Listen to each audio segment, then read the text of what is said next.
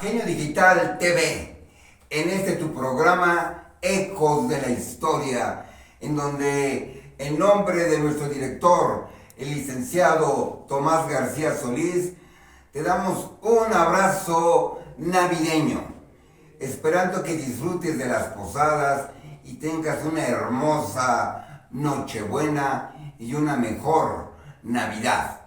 Y que evidentemente tus sueños y tus proyectos para 2026 se realicen a través de tus deseos de las 12 uvas.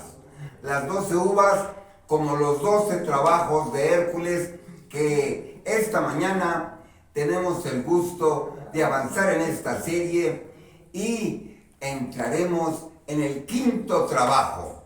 El quinto trabajo después de haber sido victorioso Heracles en la captura de la sierva de Sirenia. Recordemos que la vez pasada había un cervatillo hembra en el monte Taigeto, en donde habitaba una musa, donde habitaba una hada, donde habitaba una semidiosa de nombre Taígete. Esta semidiosa, al contemplarla, Zeus, el líder del Olimpo, quedó embelesado por su vitalidad, por su hermosura, y fue tras ella. Pero la diosa de la caza, de los animales, del bosque, de la selva, la protegió, transfigurándola en un cervatillo hembra que la conocemos en el mito de los 12 trabajos de Hércules como la sierva dorada de Sirenia, ¿no? Una hermosa venada con cornamentos de oro, pezuñas de bronce y desde lejos se veía totalmente llamativa, por eso es la sierva dorada. Y que, explicamos que es una técnica sagrada a través de la interpretación del simbolismo del mito, ¿no? El mito tiene una característica porque es un relato que además de ser atractivo, de despertar el interés después de haber captado la atención, deja una hermosa enseñanza de carácter psicológico. Entonces, a partir de que ya sabemos que la sierva dorada de Sirenia es la técnica del recuerdo de sí, de la autoobservación, del conocimiento de sí mismos, ahora, ¿qué voy a hacer con ello? ¿Qué voy a hacer con esta técnica? Pues la voy a aplicar para el quinto trabajo. Vele sumando los programas que hemos tenido en cada podcast. El primero fue antecedentes de los 12 trabajos, es decir, del nacimiento, su árbol genealógico. El segundo programa fue el primer trabajo, la primera labor hercúlea que consistió en decapitar al león de Nemea. La segunda jornada de Hércules fue capturar al jabalí de Erimanto. El tercero fue aniquilar a la hidra de Lerna, ese monstruo, ¿no?, policéfalo, que en este momento del mito tenía 9 cabezas y la de medio eterna. Todo eso tiene un significado. El cuarto ya vimos que es el cervatillo, la sierva de Sirenia, y ahora el rey Euristeo, primo de Hércules, rey de Micenas, le encomendó un trabajo que para Euristeo lo iba a humillar. ¿Por qué? Porque se iba a encargar de levantar las heces fecales del ganado. Todo el estiércol, que ya eran una majada tan gruesa que totalmente cubría los poros de la tierra y ya no producía pastizales. ya no había vegetación porque todo, hasta donde llegaba la vista, estaba inundado de las majadas de las reses. Tenía miles de reses. Este rey Augías es como si ahora dijéramos, era Elon Musk en el mundo capitalista, Jeff Bezos, Zuckerman, o sea, millonarios, porque en aquel entonces la riqueza no se medía por las barras de oro. El país, ¿cómo se miden? ¿Cómo se mide la riqueza en el mundo capitalista? Es a través del oro moneda. En aquel entonces se medía la riqueza de un rey, de un comerciante, de un magnate, por el número de cabezas que había en su rebaño. Y pues dicen los historiadores, ¿no? Menciona que es importante que este programa, su ícono es precisamente este personaje, que está precisamente, ahí está su imagen en la portada, Heródoto, y que muchos pronuncian Herodoto. Bueno, sea uno u otro, Heródoto es el que crea la historia, pero ya había personas que escribían. Por ejemplo, de la Sirva de Cireña, Calímaco, el poeta, habla, ¿no? Con respecto al trabajo de ahora, tenemos a Polodoro, a Pausanias, que eran escritores que hablaban, y por eso sabemos de la existencia de Heracles, pero no tenían la disciplina, el rigor que nos dejó Heródoto. Por eso es el padre de la historia, porque hablar de la historia no es relatar, no es narrar. Más que describir y contar una historia, debe tener un respaldo que afirme que así fueron los hechos. Por eso Heródoto es el padre de la historia. Pero antes de la historia, es decir, en la prehistoria, bueno, gracias a Homero, Hesíodo, a Eneas, a muchos escritores, sabemos de lo que sucedió en la noche de los tiempos. Y entonces encontramos versiones de Heracles, de Hércules, ¿no? Del fenicio que antes fue, ¿no? ¿Cómo lo sabemos? Porque ya hay algunos registros, pero a la hora de constatarlos no coinciden. Por eso surge la necesidad de que todo aquello que se escriba tenga un sustento historiográfico. Esa es la diferencia entre una historia, entre un mito y entre las historietas, la historia con minúscula y las historias con mayúscula. La historia con mayúscula ya es una ciencia del conocimiento del pasado. Entonces, tenemos en esa situación del mito de los 12 trabajos a veces varias versiones, pero independiente una u otra, tenemos que elegir la que más se conoce. Y hace referencia que el rey de Micenas, Euristeo, le dijo: ahora vas a limpiar la suciedad de esos establos. Y entonces se perfiló Heracles hasta llegar al dominio del rey. Totalmente todo pisaba como si estuviera cemento, como asfalto, como piedra, porque ya se habían endurecido el estiércol. Y entonces llegó Hércules y se ofreció a limpiarlo. Y le dijo el rey: ¿pero por qué quieres limpiar? Pues para que haya vegetación, para que puedan comer los animales. ¿Cuánto me pagas por eso? No, pues si lo haces rápido, pues depende. ¿Cuánto tiempo te vas a tardar? Era un trabajo titánico, colosal. ¿Cuánto tiempo se puede llevar? Pues lo que tú me digas. Bueno, mira, si lo haces en un día, te doy el 10% de mi propiedad. Tenía un día. Recordemos que en programas anteriores, la pitonisa del templo de Delfos, ¿no? ¿Qué le dijo? Que para cada trabajo había un año. Pero en este, el reto ya no era de 12 meses. Si lo hacía en un año, iba a tener una recompensa generosa, ¿no? Imagínate que Elon Musk te dijo, te voy a dar el 10% de lo que tengo. Pues no te caería bien.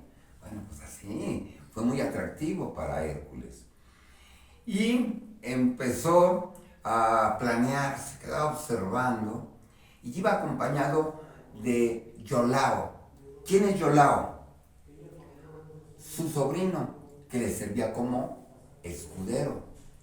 Y Manedemo, que era el hermano de Iolao, menor, que eran los hijos de su hermano Ificles.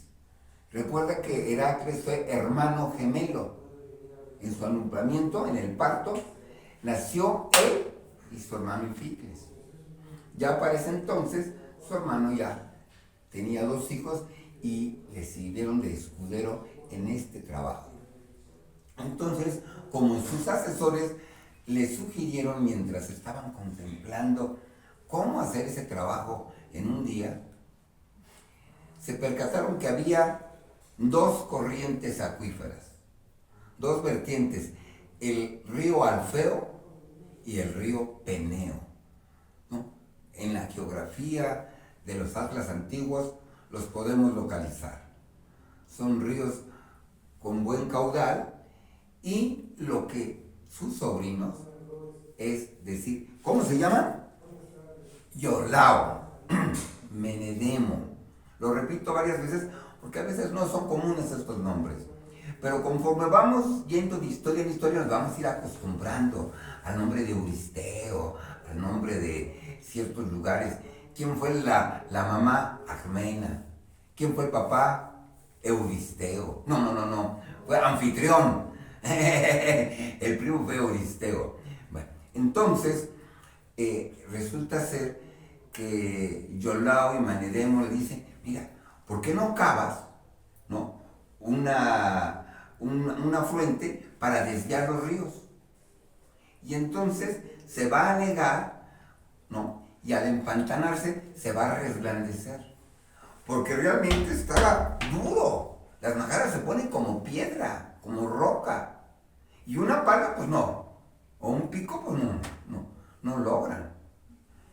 Y entonces, a sugerencias de sus escuderos, que en ese momento eran sus asesores, cavó por donde circulaban los ríos y amplios afluentes empezaron a inundar todas esas tierras. E hizo en las paredes unos huecos para que entraran en el establo. Y todo ese lugar quedó anegado de las aguas cristalinas de estos ríos. Y en poco tiempo, pues fue muy simple, muy sencillo, y el caudal fue aumentando porque lo hizo más ancho. Y entonces ya no había necesidad de recogerlo. La misma agua, con su caudal, iba empujando. Y en cuestión de un rato, había el milagro de que se veía nuevamente la tierra. Increíble. No solamente había fuerza física, fuerza muscular en el bíceps, en sus tríceps, en su abdomen. No, también había la fuerza de la inteligencia. Y fue lo que precisó. Porque Hércules no solamente es la fuerza orgánica, muscular, biológica, también es la fuerza de la inteligencia y la fuerza de las emociones, ¿no? Así como el cuerpo físico, tenemos el cuerpo intelectual, el cuerpo emocional, el cuerpo social. Y todo eso hay que integrarlo en un ente que llamamos ser humano.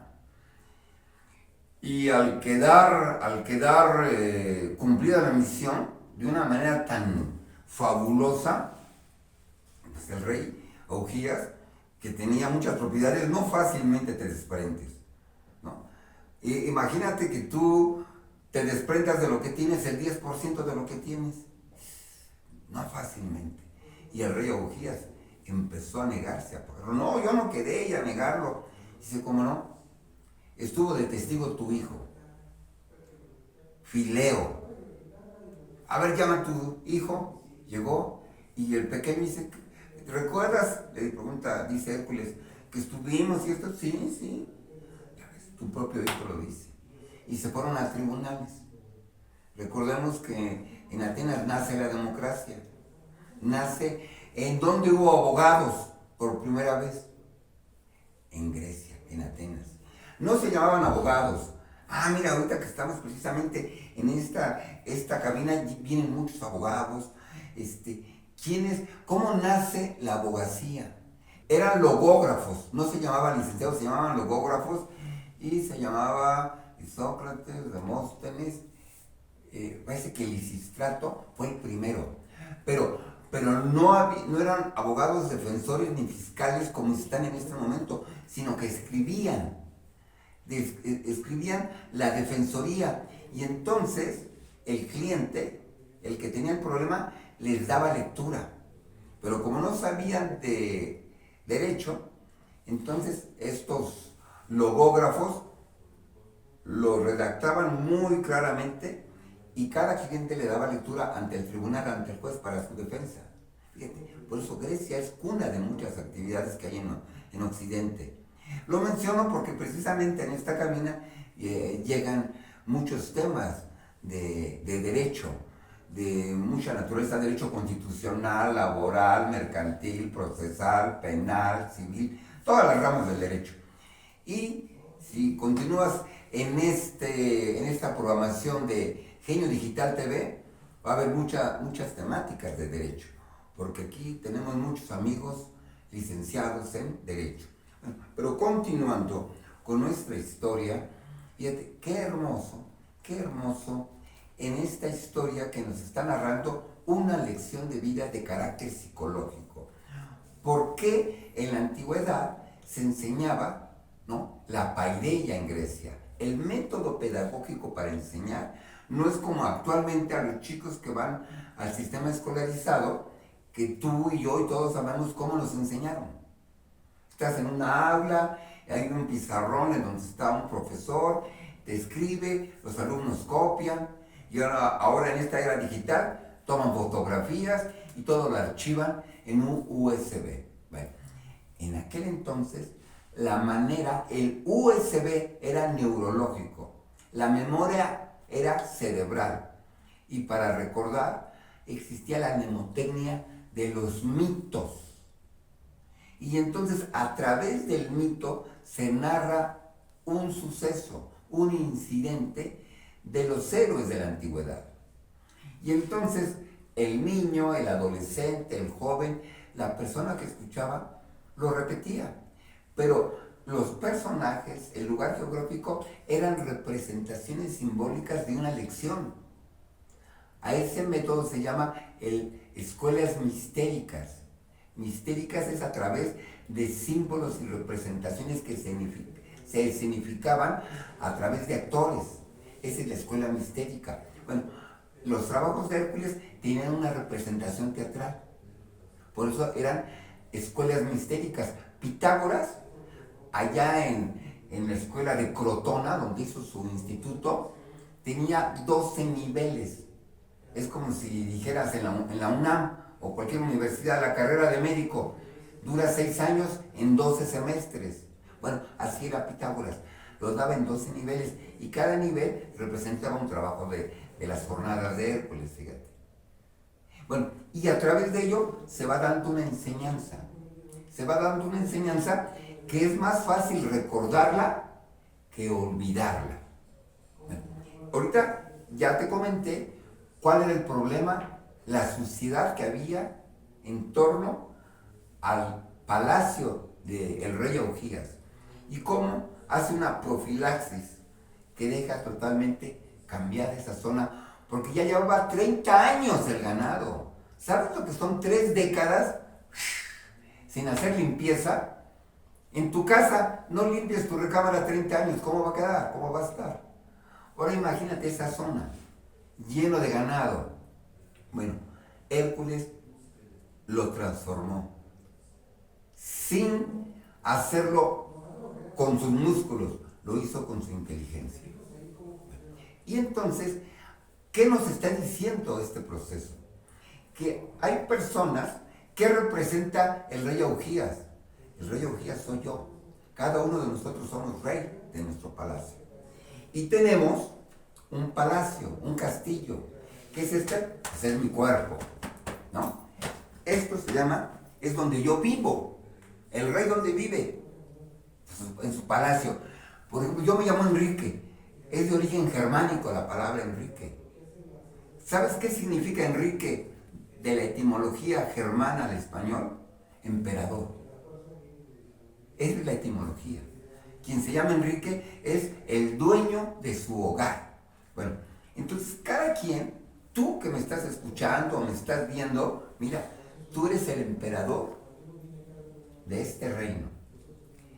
Y si no has tenido un desarrollo, un trabajo interno, imagínate, estás estreñido, está lleno. ¿Qué pasaría si un ser humano deja de ir al baño 3 días? Imagínate.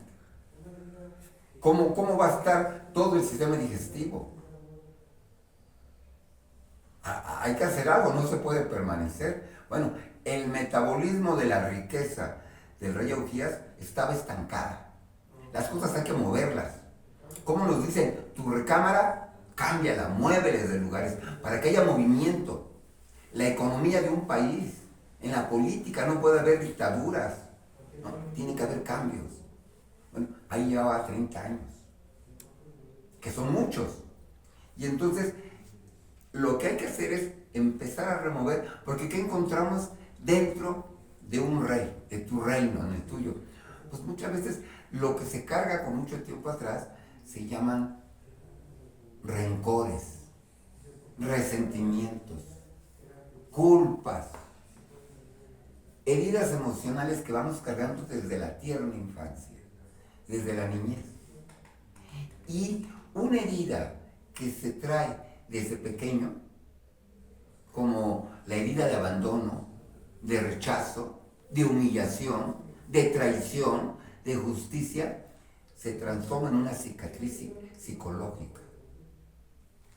Todos los seres humanos, sin excepción, no es ser absolutista, no es generalizar en falso, desde la psicoterapia se crea precisamente a través de desafortunadas experiencias. ¿Qué pasa cuando el niño por primera vez va a preescolar, al kinder, y la mamá le dice, el lunes ya vas a ir a la escuela y vas a jugar con muchos niños? ¡Sí! ¡Qué padre! Y mira, estos colores son para que ilumines, y esto va a ser para que juegues allá. ¡Ah, vamos, vamos! No, hasta el lunes. Y entonces el niño, ya quiero que sea el lunes. Y está esperando, falta viernes, sábado, domingo y mañana. Y al otro día, ya levántate porque ya vas a la escuela. Sí, se pone su ropita, su uniforme, y ahí va a inaugurarse el primer día de clases. ¿Qué resulta? Que la mamá no le dijo que él se iba a quedar sin ella. Llega, se lo entrega a la maestra, y cuando el niño, la pequeñita, oye, ¿y mi mamá? Allí puede haber una huella de abandono. O no hay que esperar hasta esa fecha. Quizás el bebé, cuando está dormido, cuando despierta, no ve a la mamá, porque la mamá está ocupada haciendo la comida, ¿no? Lavando los pañales, atendiendo labores del hogar. Y cuando el niño ve, no lo ve, por eso chilla, por eso llora. Mi mamá. Quizás quiere teta, que le cambien pañales, pero busca la presencia de mamá. ¿Cómo lo vivió el bebé? Allí puede haber una experiencia de abandono. Cada ser humano tenemos una historia. ¿Cómo es que surga? La primera vez que lo castigan, la primera vez que le dan un manazo, la primera vez que sufre, allí se van generando heridas emocionales. Qué pena cuando yo veo niños que hacen un berrinche y se azotan en el piso y todo, están sufriendo. Los seres humanos a lo largo de nuestra vida tenemos carencias. ¿Por qué no tuvimos esos juguetes? Porque no vivió papá conmigo, porque hubo una enfermedad, por algo. ahí se van quedando como un trauma. Y cuando va creciendo el ser humano, recuerda. Y vamos cargando en nuestra mochila piedras muy pesadas, ¿no? Todo eso que traemos es basura. En el lenguaje del mito es como si, por ejemplo, yo estoy viendo con mis anteojos, para ver bien, me pongo mis anteojos y veo el paisaje sucio, nublado. Digo, oye, ¿por qué hay tanta mierda, por llamarlo de esa manera? Ya estoy viendo. No, pues ¿dónde? Pues, observa. Y me dice, no, es que tus anteojos están opacados. Me quito los anteojos y es que están enmierdados. Si los lentes, los cristales, las micas de mi armazón están sucios, yo así voy a ver la realidad. ¿Y qué es lo que ensucia mi visión y percepción de la realidad? Mi historia personal. Ando cargando. Hay personas que, digamos, una ama de casa se encuentra con una vecina, con una amiga en el mercado. No, fíjese, vecinita, que me pasó esto y aquello, y le está platicando. Pues no, pues me dejó mi esposo y por una más joven, y ay, qué barbaridad. Y yo era muy cumplida, sus camisas siempre limpias, su sopita caliente. Todo. ¿Y hace cuándo fue eso, Conchita? No, pues ya tiene como 30 años. Eso ya, esa es una herida que lleva mucho tiempo, está añejado. Eso es excremento, suciedad que ando cargando en mi vida, que ando cargando en forma innecesaria. Esos rencores, resentimientos que cargamos no nos permiten ser un ser humano que va marchando. ¿Cómo puede tener éxito, progreso? Es falso que los optimistas nada más porque se animen y se motiven. No, la motivación no te va a hacer exitoso. Ay, ahí por fin tenemos un amigo que está en el ring, que está en la arena. ¿Quieres que sea campeón? ¿Quieres que tenga triunfos y tenga su trofeo y tenga su cinturón? Tiene que estar sano emocionalmente. Aparte que va al gimnasio y tiene que tener fuerzas. Porque si va con culpas, con miedos, con temores, con remordimientos, no va a triunfar. Aunque tenga una altura y una corpulencia, no va a ser campeón nacional, menos allá, en las ligas internacionales, ni siquiera local. ¿Por qué? Porque primero tienes que limpiar tu cuerpo emocional. Allí vas a tener grandes adalits, grandes guerreros que van a triunfar. Porque cuando vas cargando excremento de tu pasado, eso no te deja. Y hay personas que cargan tanto en su mochila que hasta ya la columna se les encorva. Y traen hasta su jorobita, porque no aguantan el peso de su niñez, de su juventud. Porque se va perdiendo fuerza, vigor la columna, por todos los recuerdos ingratos que traigo de mi juventud y aún más allá, desde mi niñez. Por eso es importante trabajar. Y entonces, ¿qué pasaba con Hércules? Era un resentido. Cuando vamos viendo la historia de Hércules, con el guión de Nemea dijimos que era un vanidoso, engreído, petulante, egocéntrico, soberbio, una chulada. Por eso tuvo que decapitar al león de Nemea, al jabalí de Arimanto. ¿Qué representa esta bestia? ¿No? ¿Qué hay detrás de todo ello? Su falta de trabajo interno, porque era un flojo, ¿no? ¿Y qué quiere decir la ira de Lerna? Que practicaba la mentira, casi un mitómano. Y ahora nos damos cuenta que era una persona como tú y como yo, como el de allá, como muchos, que traemos una historia de vida que hay que limpiar. Que hay mucha mierda sentimental, emocional, afectiva. con la madre, con el padre, con el vecino, con los maestros, con los hermanos. Hay mucha historia. Entonces hay que trabajar, hay que hacer todo un trabajo psicoprofiláctico terapéutico para limpiar esos establos y yo pueda seguir adelante, pueda avanzar. Si no limpio mi pasado, es un grave problema. ¿Qué problemas tienes con tu madre, con tu padre? Habrá quien diga, yo ninguno. No, pues sí los tienes. Lo que pasa es que los desconoces y no has tomado conciencia. No, no, de verdad, yo no tengo nada. Bueno, pues aparte, la mente las bloquea, las saboteó y las esconde abajo de la alfombra, abajo del tapete, aquí abajo donde no se vean. Eso se llama en la mente subconsciente. Entonces hay que trabajar. ¿Para qué? Para que yo tenga una relación sana socialmente. Es importante tener una salud social, una salud emocional, una salud intelectual para que pueda tener una salud física. La alopatía te aborda al cuerpo físico, la homeopatía, la acupuntura. Pero ya desde la antigüedad, Hipócrates, el padre de la medicina, que fue otro griego, hablaba de los 4 temperamentos, que tienen una relación con los 4 elementos. Y entonces el trabajo de Hércules en su 5ª jornada es hacer una psicoprofilaxis emocional para borrar y limpiar todos los rencores, resentimientos que provocan preocupaciones, culpas, remordimientos, cargos de conciencia, angustias, ansiedades. Y de esta manera, a lo que te dediques, vas a ser exitoso. ¿Eres vendedor? Pues si quieres tener éxito, hay que estar sanos, no nada más estar motivados. Te dedicas a un deporte, un deportista olímpico tiene que tener una fortaleza en sus músculos emocionales e intelectuales.